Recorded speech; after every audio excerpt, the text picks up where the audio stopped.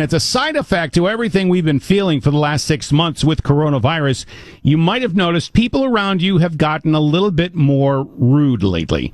We bring in Leigh Richardson. She's a licensed counselor, the founder of the Brain Performance Center. She's on the KRLD Newsline. So what's going on here? Are we, in fact, more rude? I think people are tired.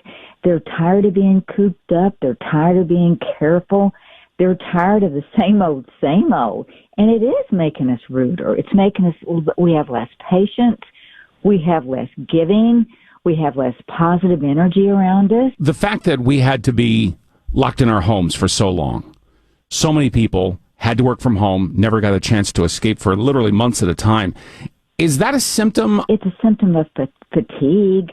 When we're fatigued, we're stressed out, we're sad, we're angry, we're grumpy, we're irritable, and we're just, I think when you're locked down for so long, it's exhausting. It just sucks the life out of you.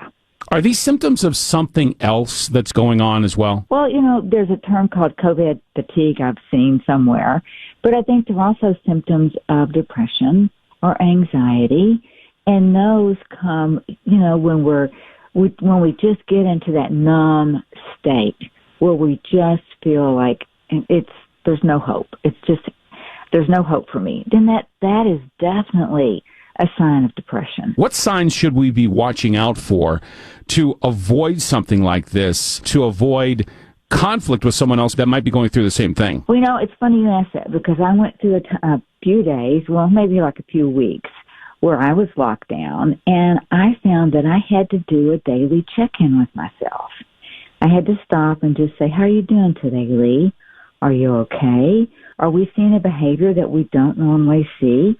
Or are we demonstrating behavior that we don't like?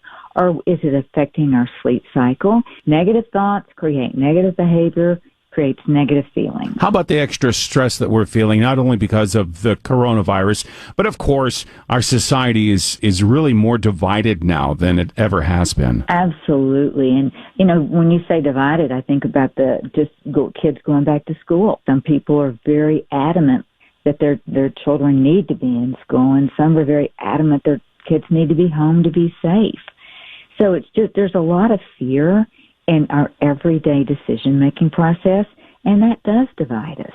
That's Leigh Richardson. She's a licensed counselor, the founder of the Brain Performance Center.